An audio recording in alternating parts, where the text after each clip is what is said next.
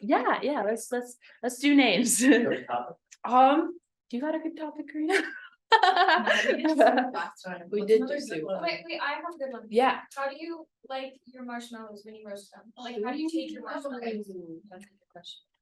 My name's Maddie. I either love to like burn them and then like burn them repeatedly and like eat the crispy part each time and just keep torching them. I think that'd be my preferred marshmallow consumption method. Pretty. My name's Ryan. If I prefer, it would be like golden brown, but most of the time I love them. So.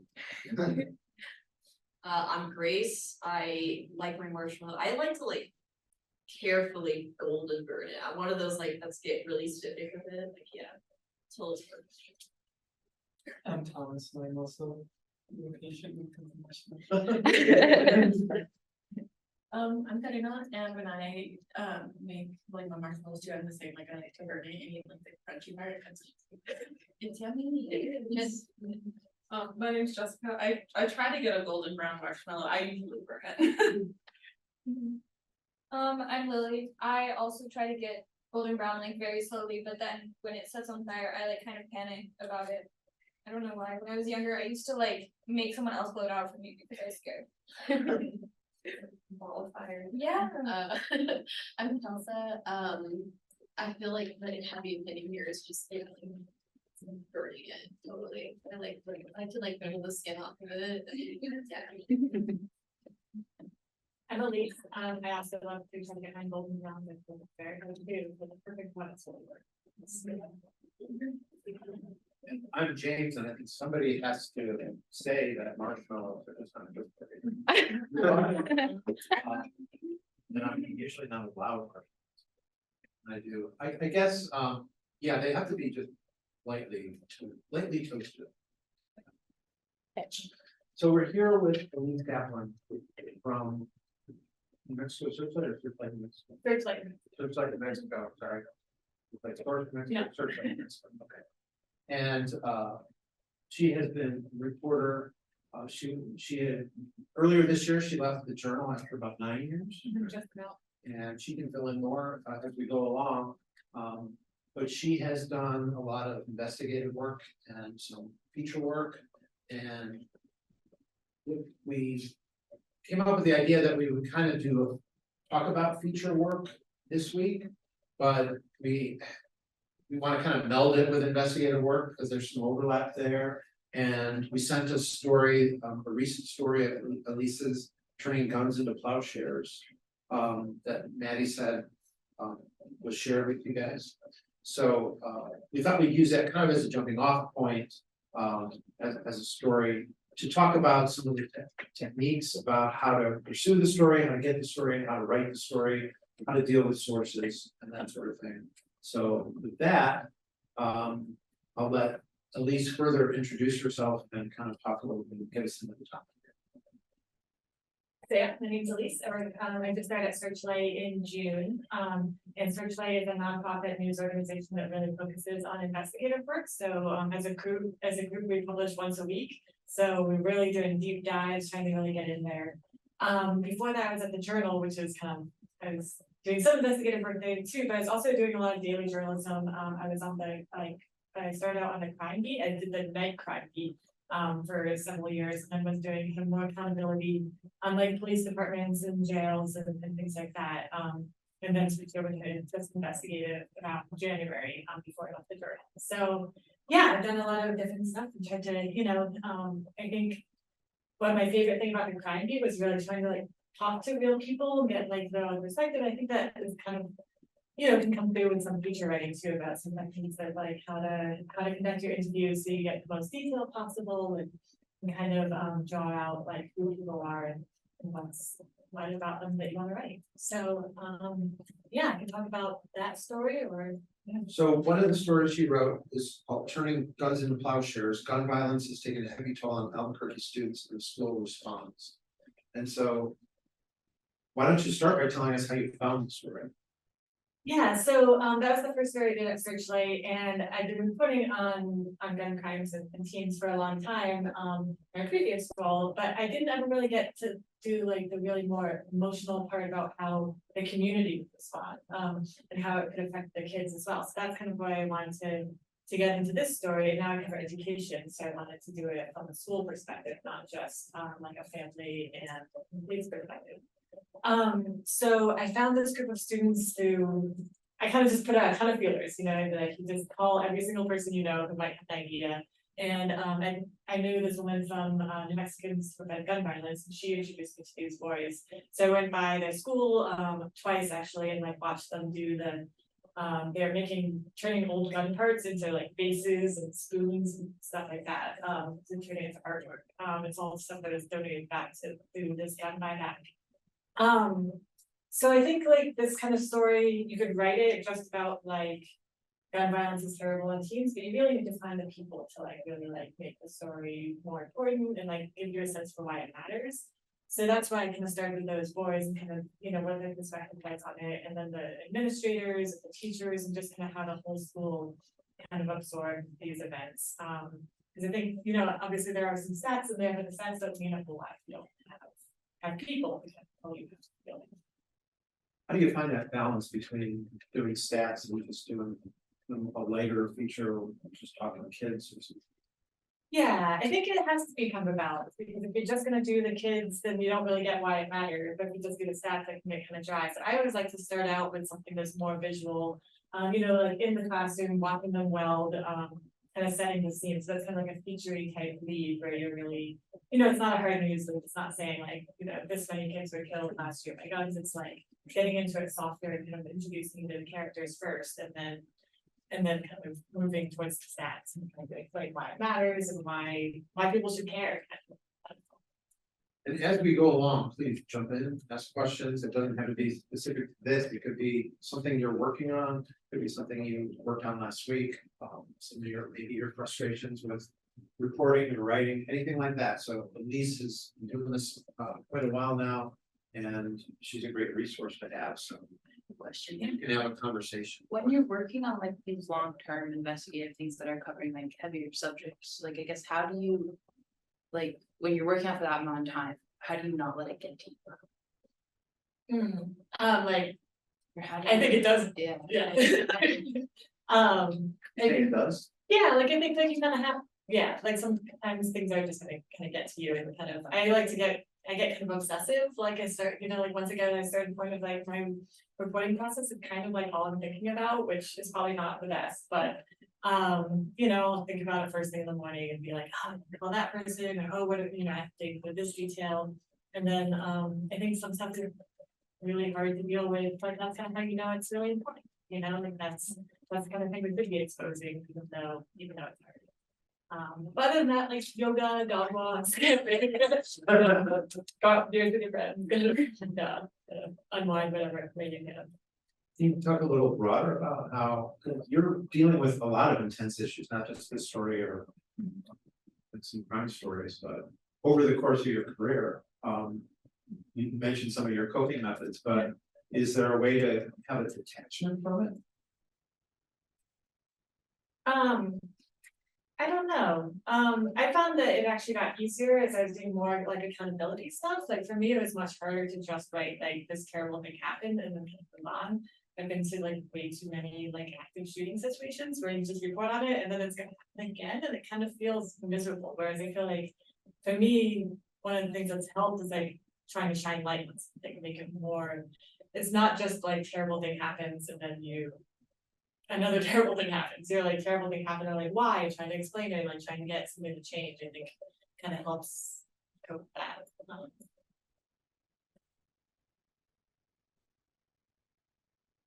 And so back to the story. Yeah.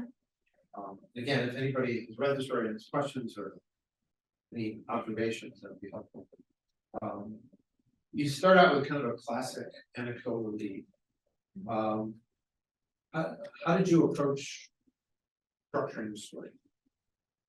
Yeah, so he's kind of started out with like the boys and kind of like what they were doing and why it mattered. And then we want to just kind of move through kind of each part of the school. So like we ended up going, you know, like the stats and then going to about like why this mattered and putting this all in context and then talking to the administrator, talking to the teachers. This time you kind of go like step by step through like each kind of room of the school, right? There's like the principal's office, or like the administrator's office, and the teachers and the students, and just kind of trying to get like, and also kind of chronologically too, like this murder happened and then kind of what happened after that with the kids. So we talked about like retaliation, you know, like the administrator was worried about retaliation and things like that too. So we tried to kind of move it through the school and through time. How much time did you spend with the students when you were with them in the classroom? Like an afternoon. Yeah, we went there and I talked to each one-on-one. There's like 6 boys and talked to each one of them. For maybe, you know, depending on the kid, like 5 minutes or 20 minutes, and then just kind of like watch them interact with each other too. They're teenage boys, they're 14, 15, 16, they're kind of joking around, kind of like pushing each other around and kind of jostling each other and making fun of each other. So that was also kind of nice just to see like as well. So you spent the afternoon with them? Yeah. And then went back to the school to talk to the administrators, and then went back to school to talk to the teachers. So I ended up going to the school several times. And it was kind of and then talking to them again on the phone, like I had follow-up questions. I got the phone numbers for all the boys, so I didn't text them if I had questions as well. So it's like you spend some time and then you follow up endlessly. It's more things. Try to get it all. One thing I was gonna ask was, there's a lot of photography in here. Yeah. But before I ask you, I wanna ask these folks. Can somebody give me an example of how when you're on a feature story like this, or maybe even a bit of an investigative piece, how do you work with the photographer? How does the photographer get assigned, and you go together with the photographer? Or how has it worked so far in when a photographer shoots the story that you're working on? Typically, usually the pitches will come out for the, like, pitches will get picked up for the reporters. And then we'll pitch it out to the photographers, and usually we'll try to get a photographer before the day that the person's going to go out for the story, so then that they can communicate and then go out together and they can see what they both need. So does anybody have an example of how you worked with a photographer at the same time on a story? Being coordinated? I feel like a lot of the times coordination happens with like feature stories and like getting photos of that specific person. When I was going out to a protest and I link up with the photographer, I don't know, we haven't been, I guess, having too much of like out in the field together. Communication. Yeah. I know with sports, sometimes the story kind of like presents itself up after the game. I'm like, oh my gosh, this person's having a crazy game, get a ton of photos of them. And you're just like texting with each other? Yeah. Or you're physically in the same place? Well, it's sometimes we're in the same spot, like for tennis, we're really close, but like for football and basketball, I'm in the press box and they're on the same. Right. So you cover a game from the press box? Yes. Mhm. So how did you work with the photographer on this story? And this one, he and I went out together and just, he was, there at the same time I was, just kind of shooting, and then I'd be like, yeah, I really like that kid, yeah, like a thing, saying, make sure you get some good looks at him. So we're kind of putting a thing the whole time. I feel like working with a photographer you really like love and trust is like such a boon. Like I've had photographers that like they know I want to talk to someone, they'll go and try to grab them by themselves if I'm like tied up with someone else. And it's really like a good partnership working together. You know, it's gonna be there's like, oh, you know, that person will do this thing, like that would be a good thing to follow up on. So it really should be like a great partnership thing. So I was really impressed with this story because it was more than I expected. I thought it'd be kind of just this quaint feature about what these students were doing. Oh, it's cool. They're taking confiscated guns and they're turning them into functional items or art or whatever. And it's like almost therapy for them because of what they've been through. But there's two things that struck me, and you can address these the way you want to. One is just kind of the underlying kind of sadness and trauma that existed. When did the shooting happen? Like February? in February, and you went out on a sweltering day in late June. Yes. So there's a kind of this underlying trauma and sadness and coping that is going on. And then the other thing is, there are several sections in this story, and it talks with the boys and shows what they're doing. And then it takes a turn into kind of hard-hitting research, investigative journalism. Because you kind of, all of a sudden, you start talking about statistics. And so can you pick one of those and to start with, or can you talk about how this story took shape based on those two kind of rubrics you were looking at? Yeah, I think I was kind of chasing both at the same time, like you wanna get your like hard news parts down, but you also wanna get the like the personal stuff too. So I think with this one, I started with like, I talked to like the professor down at NMSU about his work with gun violence and kind of got into that first, and then And I'm gonna pause on some of these.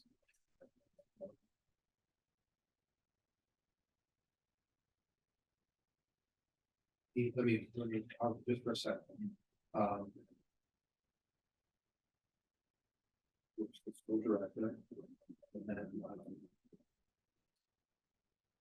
you got a quick graph from Miranda Viscovi at the New Mexicans Prevent Gun Violence. Yeah. And she was part of the plan to do this with the boys. yes, she was the person who introduced me to the voice. So I've known her for, yeah, I've like interviewed her in the past, and like it was like, well, I'm writing about gun violence, maybe Miranda has an idea of like how I can.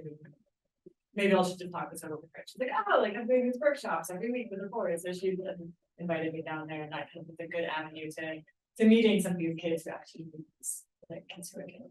And then and I interrupted you, sorry, but now you're telling yourself, I want to dig into what's going on, what are the statistics, and who's addressing this problem from a bigger perspective, right? Yeah. So can you walk us through some of the people and sources you talked about? Yeah, and then I talked to an MSU professor, and he was interesting in his own right, because he was from India and came over here 15 years ago. He was telling me about how in India you never see it like that. So like even though he's not an expert, we also included that group because it was kind of like an interesting character trait of him too, kind of move the story forward.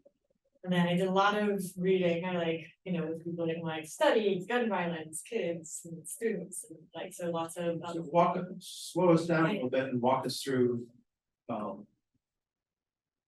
you started that process and some of the steps you took, looking for what was good information and what was not. Yeah.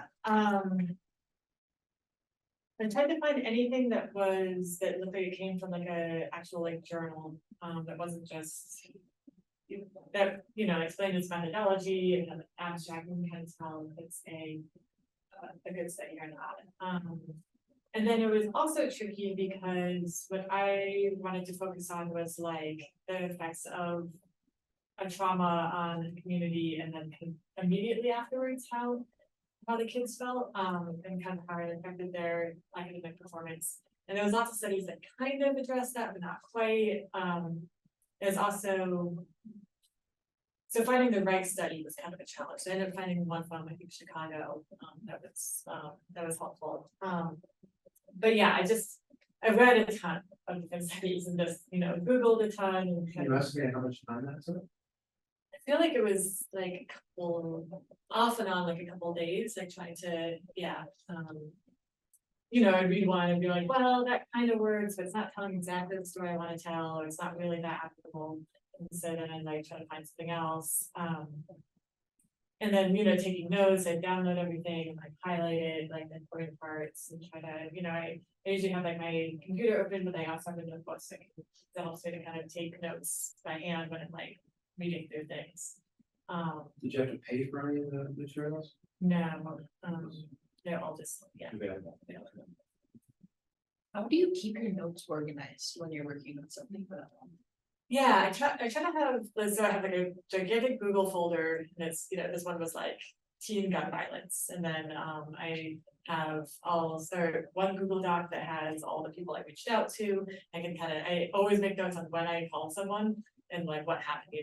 I called this person, they said to call back on Tuesday. I called this person, left a message, I emailed this person, just because if I don't do that, it just gets really messy. And then I'll have another document that's like with all the research that I found, and I'll like put in links there so you can go back and find it. I also just keep a million tabs open on the computer, so I gotta go through it again. And yeah, try to have a Google Doc for each kind of subsection too. So with like interviews or, and like a document about the teachers and the administrators, the questions I was asking them, like another document with the that's what I was talking to about that I was asking. And are you working on other things when you're doing this? Are you juggling several things? Not for these kinds of stories. Like sometimes I'll be, like trying to think ahead for my next story, but now with Searchlight, we have like a whole month to research and report. So it's kind of one thing kind of takes precedence. How does that compare to how you're working? At the journal, there's the ability of things going on at once. So you're like working on one story and then you make a call on another one, or like, like sometimes I turn something around in like 3 or 4 hours. So you just kind of like doing that really fast and it's done. And then you move on to the next. But you did some in-depth pieces at the people, right? Mhm. How would you, if you were working on it off and on for a few weeks, how would you juggle it with the daily grind of knocking out 2 or 3 cops for it? Yeah, for me, it's hard to switch back and forth. I like to either be able to only focus on one thing or do a bunch of small things. I did a lot of reporting on Washington Access after the fall of Roe versus Wade, and I was reporting on that for months, but then at the same time, other things would happen. I think I pulled into something else and just have to like pick it back up. But to me, I find it harder to work that way. I prefer to just get completely immersed in one thing. Rather than that. Is anybody here working on a long-term project? Me and Lauren, who's a be reporter, who's not here. She and I are doing stuff on UNM PD's use of body cameras. So cool. And like kind of a legal loophole that allows them to get away with not using them. So it's more of a long-term thing because we're also looking into like budgeting and like the official law and what the governor did about it. Where she signed the law on it. How long have you been working on it? Like 3 weeks-ish. Yeah. April requests take a while, which is unfortunate, but And what's your goal? One big story, a series of stories, and when do you think you'll have something?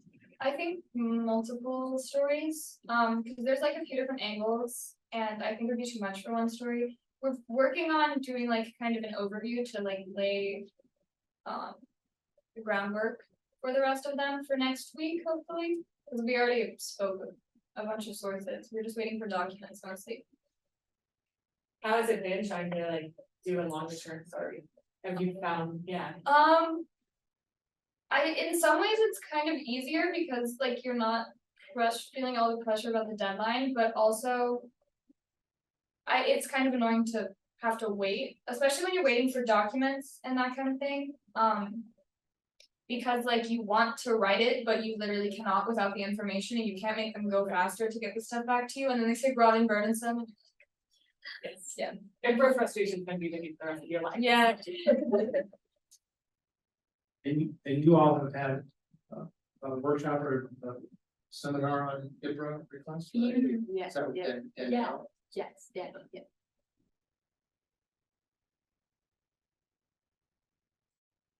Okay, so you were talking about juggling, Nettie asked you about juggling things, and I think we covered that. So we talked about, you were kind of walking us through the sources that you went through for this one story. Yeah, and there's also just so many people I talked to that I didn't include in the story, or I only, I talked to them for like an hour, but only include like one thing, because that's all just really helpful, just kind of getting your mind around an issue as well. So not, like there's all this kind of like background. It's also helpful. I filed a request to get the police report on the homicide, even though we didn't end up using a ton of that detail, but it's just like good to know that happened on a mobile home park, like on the far west side of town. And I talked to the parents of, or I had been messaging with the parents of the boys who were killed as well. And the mother really did not want me to do the story, she was like really worried that it's gonna kind of like bring up all this trauma. But then afterwards, she sent me a message and was like, thank you so much for writing it, like really, it really like touched my heart. So that was really, really nice. I think they were kind of worried about their boys being in the news again, but I tried to just be open with them about kind of what I was writing and, you know, be really transparent about kind of what the story's about, and then they she really loved it, so that was good. What's your experience in general in dealing with victims' families when you're reporting, whether it's a deadline, top story, or one story like this? I feel like most people want to talk about it. I think it's really hard and it's really painful. I carry tissues with me like everywhere I go, because like if somebody starts crying during an interview, it's great to be like, here's a tissue. Like it's like just a good it feels really good to be able to help in that moment, because it can be really I feel like in general people really do love talking about their people, and they want to have their person feel like they matter and that somebody really cared about them. But I think it's also really, you have to be really careful with trying not to. It can also just be really difficult. Like people get really upset, people can get really angry, and it's just you just kind of have to try to do the best you can to like honor their memory, but also be truthful. How do you handle like sources who are apprehensive that, I guess, like Yeah. talking? Do you first talk on background, or kind of how do you approach that? Yeah, kind of depends on my source, but I also like to say like, hey, do you have any questions for me? Like, do you want to know, I kind of lay out what the story is, not for everyone. More for people who aren't officials, they're not politicians, not spokespeople, but people who are just, mothers or teachers, and be like, hey, like this is the story I'm writing. Do you have any questions about it? Do you have any concerns? Or I'd say like, if you think of something that you want to talk about more, you can call me back, and just try to like leave all lines of communication open. But I do think it's really important to be upfront about what you're reporting and kind of how you're going about it, and make people feel like they can be involved in the process as well, rather than just that you're gonna just do this, whatever. Well, while also being truthful, you don't want to like give up too much control to your sources either. You do have to keep on that line. So what was the exchange like when at first the parent said, please don't do a story like this? Yeah, well, I've been messaging them and I found their phone number, but I wasn't sure if it was the right phone number, so I've been trying to contact them in like lots of different ways, and then I actually asked the director of the school to get in contact with them. And he did, and then he told me back and it's like, they do not want the story published, they're like freaking out about it. And I was like, well, we kind of like, we already are doing it, like it's not really about them either, like it's kind of, it's kind of about them, but it's not really.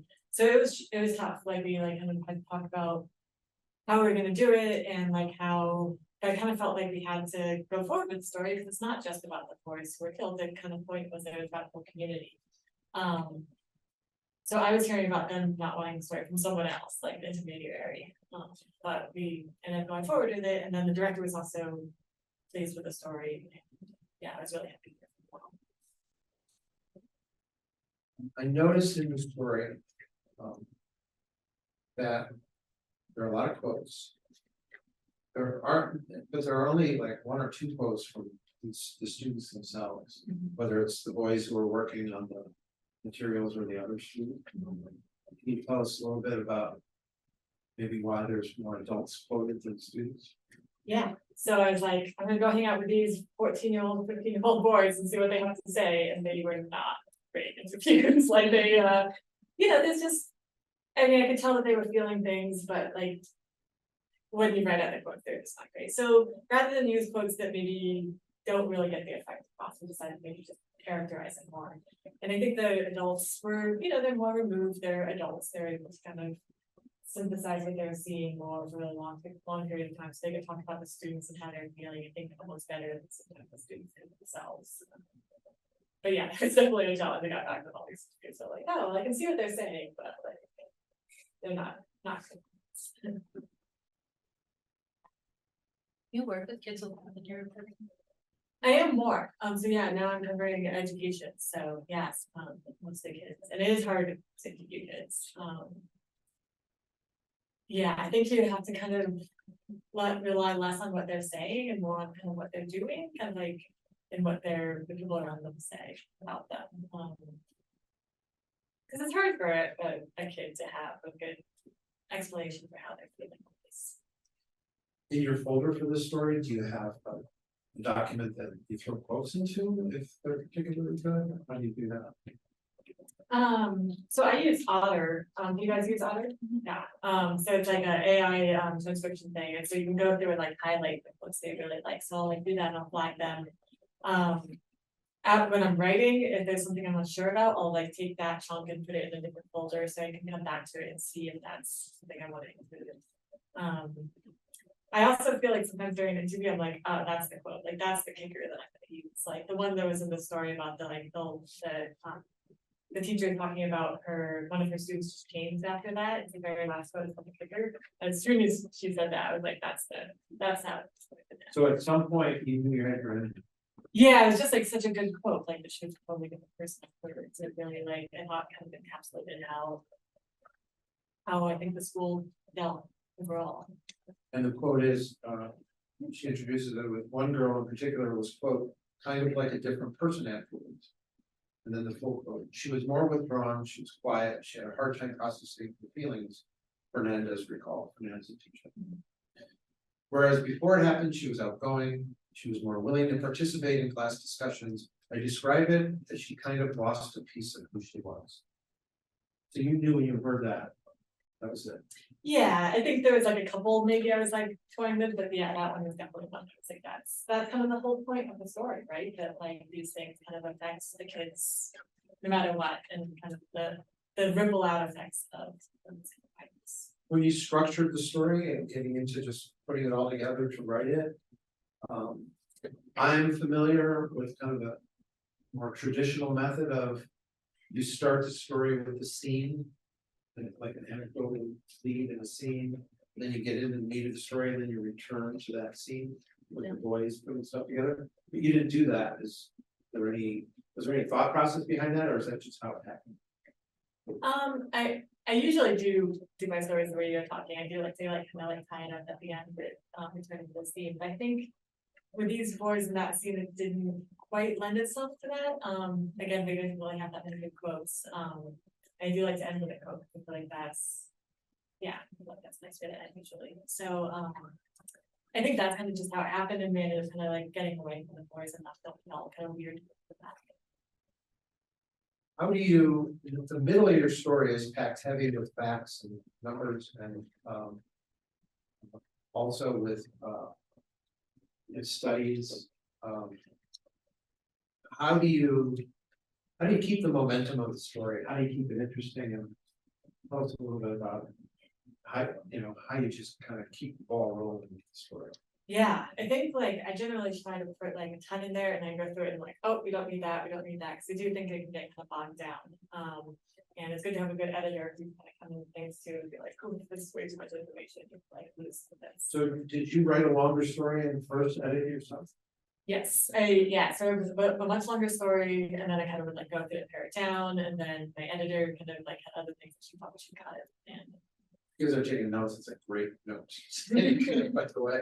a good editor is like gold, like that person will like save you, and yeah, it's good to have, it's impossible to edit yourself, like somebody else needs to come in from the outside, kind of, help you form your ideas, I think. But if you can trim a little of that yourself, that's a great. Yeah. Yeah. The, like subheads you have in the story, did you like write those like out, or did you reorganize, or kind of how did that come about? I think that's one of those things that it just kind of like everything kind of fell into line, like I kind of knew what stuff had to be. I also like longer stories I'll write out an outline, and kind of if I know what the lead is going to be, the anecdotal thing, and I can go through it and kind of play around with an outline before I even start writing, because then it's easier to move it around, and you can kind of all the stuff you have in the story. You can be like, oh, should I put the thing about them being worried about retaliation up here? Should that be at the end? And just kind of like play around with it and outline before you even start writing. I also I work best late at night, so I can like write later in the evening and then take a break, and then call it, and then like do a reread in the morning, and like before I ever turn anything in. I think it's like good to wake up in the morning with a fresh set of eyes, and then you can like kind of trim. Still do that. Yeah. I think if I'm working on a legal brief, Yeah, I like to, get it. Do it like a big writing day. Yeah. But do it ahead of time, so that the next morning, it's almost like you're seeing things like, oh, did I actually write that? No, I don't wanna do that, I want to put it over here.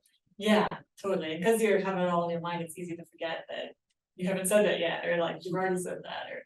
Also, reading out loud, we did that search like the last draft, you like read it out loud with your editor, you catch so many things. Even if you just read it out loud yourself, but if you do it with a friend or anyone, they'll be like, oh, that's an awkward way to say that, or oh, I should do that. What do you think, that you want your staff reading these stories? I think that's smart. I mean, when I'm reading flats, I always read them out loud because. Yeah, I'm very dyslexic, so it helps me read the words. Yeah, also like printing things out, like I try to do it in a bunch of different ways, so I'll have it like in a Google Doc, and then I'll print it, and then I'll put it into Word, or I'll read it, so it's like many different ways possible, help you see things that you might not have seen. And Lily, was the announcement that you're gonna be the news editor? Okay, and is that, how much of that is assigning stories, and how much of that reading stories and working with reporters on crafting the story? Do you know?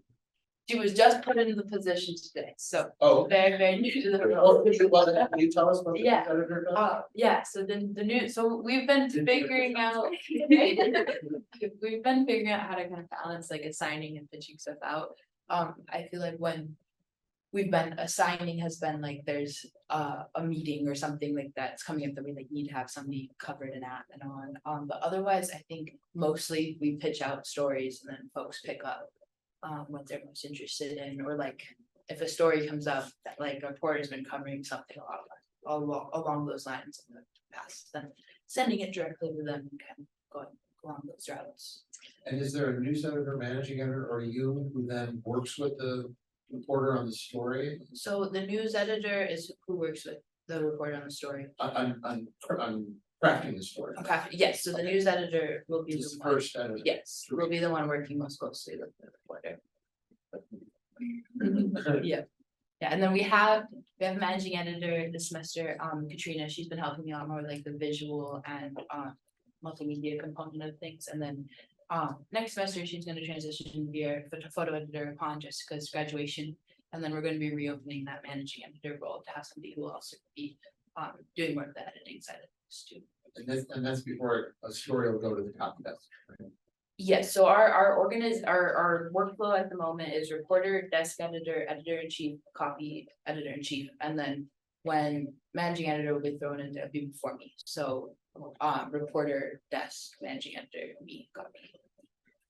What kind of structure do you have at Searchlight? We have two editors. Smaller staff. Yeah, it's a smaller staff, so there's soon to be 5 reporters, there's a photographer, there's like a web guy, and then there's 2 editors. And so we're each assigned to kind of split us up. So I have like a main editor who I talk about stories with, I'll like pitch stories to her, I'll be like, do you think it's a story or not? We try to talk several times a week. And then so she's kind of working with me on the story, and then the other editor kind of comes in with the copy edit, because again, it's like fresh eyes, like, she can catch a lot more stuff. And get a bit of And so it'll get one read. it gets so many reads. But Two other reporters. no, but there's like much longer like draft process, lots of like comments. I was kind of used to coming from the journal when everything's moving really fast. It's kind of like it's gonna be the best it's gonna be at like 7:30 and it's gonna ship it off. Whereas I'm turning in a story early this week that we expect to run on the 29th. So that's like what, like 3 weeks. 3 weeks. Yeah, so I'll probably go through, a lot of revisions, see what. On this story, did anybody flag something that was a concern? Were your stats off at all, or did you pass with a name? I think I passed the name, but I like to do my own, so I certainly have to do that with fact check, obviously. The way I do a fact check is I really like to print something out, and then I go through every single sentence, and if it says something happened on October 12th, I like look at the calendar and I make sure it's October 12th. And I will cross it out as I go, and I just kind of have a huge printed out document I'm writing everything in, just make sure, was it 50% increase, was it 53% increase, and just making sure every single thing is completely right. And I catch so many stuff that way, it's terrifying, like, yeah, just go through and you're like, oh my god, like I would have sent this off. You do it on paper? I do it all on paper, because again, it helps me to kind of like switch modes of writing, like I write obviously on the computer and then printing it out helps me just to kind of. They have it really tactile in my hands, and it takes me a long time, so I'll like take it home with me, I'll like. Yeah, it takes hours, so. Put it under your pillow. Exactly, think about nothing else for days. You talked earlier about quotes, and how you just did get good quotes out of the students. Yeah. Thomas, I'm curious, years ago, I covered sports as well. And to me, athletes were notoriously monosyllabic and spoken cliches. And are you, what's your experience in getting quotes from athletes? So for football and the bigger sports, you don't get a pick. And like, it's like Jamal Mashburn, he's a phenomenal player, but he's very like corporate when he's talking to a press conference. So I usually use more of a coach when that happens. But for like baseball, where I get to just go on the field and talk to people who I want, I have like guys who I know, they'll tell me what they think happened versus some guys who I know. So in some of the sports, you've gotten to know who's better spoken. Yeah. Are you saying in like football and basketball, you don't get to decide who you can talk to? No, they just bring out people for the press conference, but it's usually like That's the after a best. game? Yeah. But you can talk to, like you go to a scrimmage, right? Yeah, no, it's just that, it's just post game. Post game, yeah. So you don't necessarily count on good post game quotes No. from the students, athletes. We're like at 12:50 almost, so we're just about done. We can wrap up at any time. But any other questions for Elise? I do want to ask her one more thing, but if you guys have any questions or comments about how things are going. How do you get ideas for investigative stories? Yeah, that's a really good question. I think it's easiest when you're kind of on a beat, when you kind of like start hearing about things. I work really hard to build sources. I have people that I'll check in with, just to check in with them. Or have coffee with, so just started working on the education beat. I've just been going out to coffee with people once or twice a week, just like in the education sphere, trying to get stories that way, and be like, yeah, so I think some of it will come forward from sources, or just kind of like, what you're talking about with the body camera thing, like, a lot past, like, how is it working, and so I think a lot of like investigative stories come out that way. If somebody says something is gonna happen this way, is it? I think that's like kind of a really good way to find. It's just as often as not, right? So, yeah. Can you recall a story? I don't mean to put you on the spot, but can you recall a story that you put a lot of work into and it never panned out? You just show it. Or maybe it's more of it turns into a different story. Yeah, I'm sure I can. I'm sure I have those. I should have surprised you. That was unfair. One thing I did want to ask, I want you to go back to when you were their age and tell us about how you got into this. And were you a journalism nerd as a kid, or did you get into it in college? And how did you get from where they're sitting to the journal and to Searchlight? Yeah. I was not necessarily a journalism nerd, but I always really loved to read and write. I went to school and studied like creative writing for a while. So I really wanted to write novels, write that stuff. But journalism kind of like allows you a good way to experience a lot of life and like talk to so many different people. So I think I started getting into it because of that, and then ended up really, really loving it and loving. I listened to news podcasts constantly on every commute and walk and everything, and like totally hooked on the whole like what's going on in the world and what do we need to know about it. So I think that kind of has totally become part of my personality, even though I found journalism kind of later in life. So I went to UNM when I was like 25 and studied journalism. And then I worked in a really small paper out in the East Mountains called the Mountain View Telegraph that's now gone. But it was me, a sports reporter, and an editor. And we were covering 3 counties. I'd go to city council meetings in Estancia, which is tiny, and Yeah, it was great. It was a really good way to like learn a bunch of stuff really fast. I did that for about a year, and then I started at the journal doing the written news team. So that's when I was doing they call it night cops, and as a shift from 2 p.m. to 11 p.m. And I'd go out to crime scenes in the middle of the night, go all over the city. That was just such a good way to like get totally immersed in it and like completely get over that shyness of approaching people. Like if you're at a crime scene at 10:30 at night and there's like one person crying, like you just gotta go talk to them. So I think that was a really good way to get a lot of experience really fast, kind of learning how to just do it, you know, talk to people and go out all over the city, learn a whole bunch, and then started doing the date crime beat, and then started doing kind of more accountability on the police side of things, and then investigative journalism at the journal, where I did a couple different pieces on abortion and access and things like that, and then during Searchlight for education. So yeah, it's been kind of a long time. What are your thoughts on the crime scene in Albuquerque over the last 10 years? You think it's gotten better or worse, or is it a scary place to live? Is it just kind of a typical city? What are your thoughts on what Albuquerque is? Yeah, it's been really nice not knowing about every single murder. For the past 4 months, I'm like, I didn't know this. Yeah, it's great, because I definitely, having done that for so long, every single place we pass, I'm like, oh, remember that thing, remember that thing. I do think it's gotten worse. When I first started at the journal in 2014, there was 35 murders that year, and I think we were at like 120 last year. So I do think that's bad. Did you see the effects of COVID? COVID? Yes, yeah, but it started spiking before that. Yeah, it was already drastically increased in like 2016, and then COVID I think made things worse.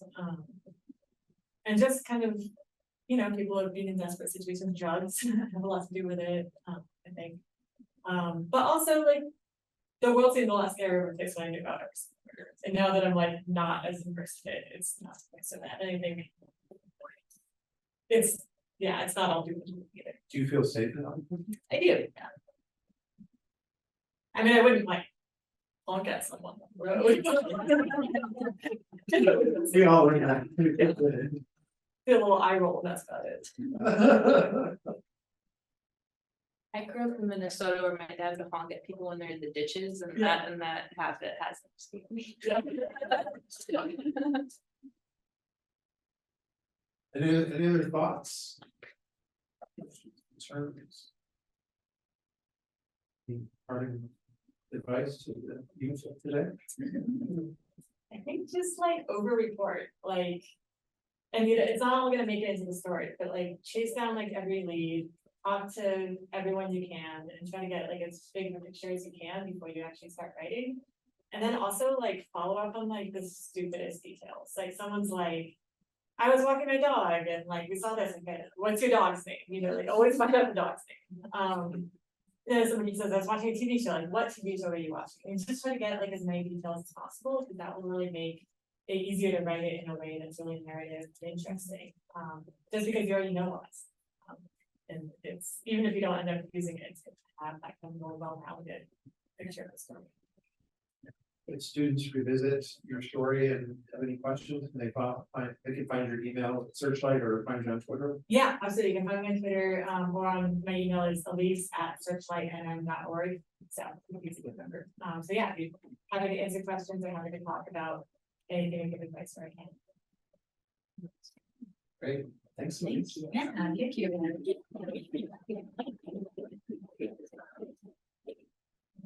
We're gonna get switched over to this movie. Let's go put a paper out. Yeah. Good luck. Good luck.